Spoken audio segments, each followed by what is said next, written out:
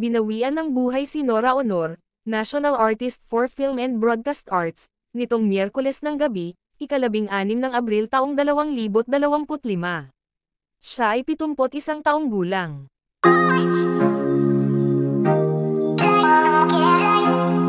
Pumanaw na nga ang nag-iisang superstar na si Nora Honor, siya ay binawian sa The Medical City, Pasig City, at naghatid ito ng matinding kalungkutan para sa mga mahal niya sa buhay, mga taga-suporta, at lahat ng may kilala sa ambag niya sa bansa.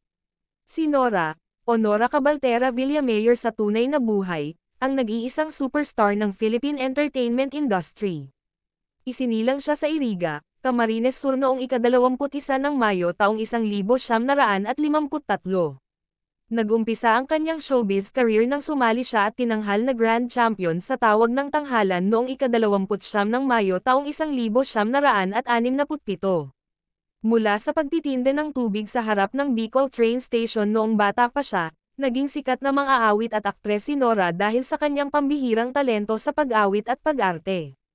Binago ni Nora ang kalakaran sa Philippine entertainment industry nang pumasok siya dahil mga mestiza na aktres ang iniidolo noon ng publiko.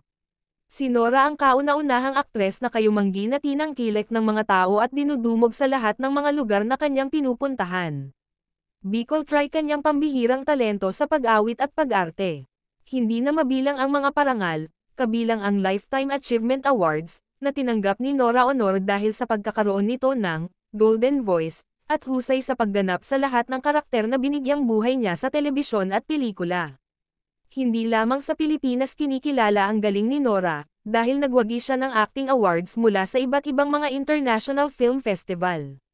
Sa isang panayam ng Cabinet Files kay Nora, ikinwento niya na naranasan niyang isakay sa crane dahil hindi na makontrol ang pagkakagulo ng kanyang mga tagahanga na gusto siyang lapitan, halikan, at yakapin. Noong ika-20 ng Pebrero taong 2023, marami ang nabahala para sa kalusugan ni Nora Honor dahil sa kanyang revelasyon tungkol sa 3 minutong pagkamatay niya.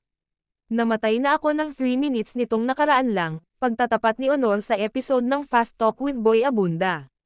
Humingi pa siya ng paumanhin sa publiko dahil hindi niya agad ipinaalam ang nangyari sa kanya. Hindi alam talaga ng mga tao.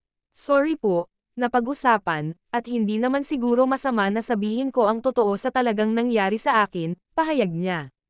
Inilahad ni Nora na pabalik-balik siya noon sa ospital, at may insidenteng nagpadala na siya sa ospital dahil bumababa ang kanyang blood pressure. Napakalaki at hindi matatawaran ang mga kontribusyon ni Honor sa Philippine entertainment industry kaya tunay na malaking kawalan siya. At kailanman, hindi na magkakaroon pa ng isang Nora Honor dahil nag-iisa lamang siya.